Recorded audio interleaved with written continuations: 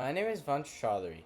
In this short documentary, I will explore how facial recognition technology creates a conflict between two important democratic values in Canada: our right to privacy and dignity, and our need for public safety. As this technology spreads, it's raising tough questions about how we protect our rights while also keeping people safe. What's the issue? Facial recognition technology scans people's faces and tries to match them to a database. In Canada, police forces and private businesses have started using it, mostly in big cities like Toronto, Vancouver, and Montreal. It's often used in places where there are lots of people, like shopping malls, airports, or busy streets. The problem is that most people don't even know what's happening. There's no warning, no signs, and no clear rules about when it can be used. Police departments have tested facial recognition during investigations to try to identify suspects. Some private companies use it to track customers or prevent shoplifting.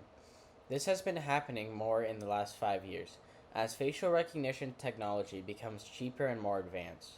In Toronto, for example, the police were found to have quietly used this technology without telling the public, which caused a lot of concern once it became known.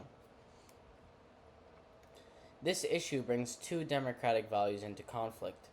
First is our right to privacy and dignity, a value protected by the Canadian Charter of Rights and Freedoms. We expect not to be watched or tracked without our consent. On the other side, there's the goal of public safety. The police argue that facial recognition helps them catch dangerous criminals or find missing people, but at what cost?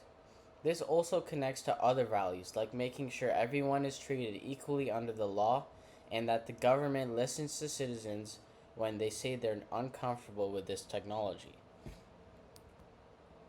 Facial recognition software doesn't always work equally well for everyone.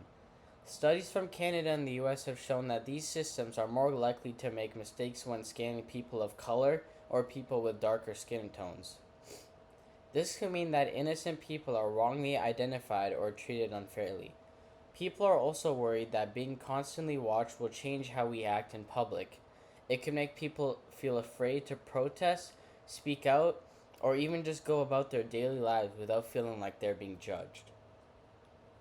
So, what can we do? I think Canada needs clear national laws to control when and how facial recognition can be used.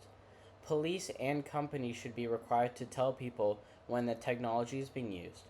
There should also be independent groups that check to make sure it isn't targeting certain communities unfairly. Finally, there needs to be public debate. Citizens should have a real say in how this technology is used so we can find the right balance between safety and privacy. Facial recognition technology is a powerful tool, but it can be easily misused. In Canada, we have a chance to decide how to use it in a way that protects both our safety and our rights. That's why it's so important to think about these conflicts now before it's too late to change the rules. Thank you for watching my documentary on democratic values in conflict.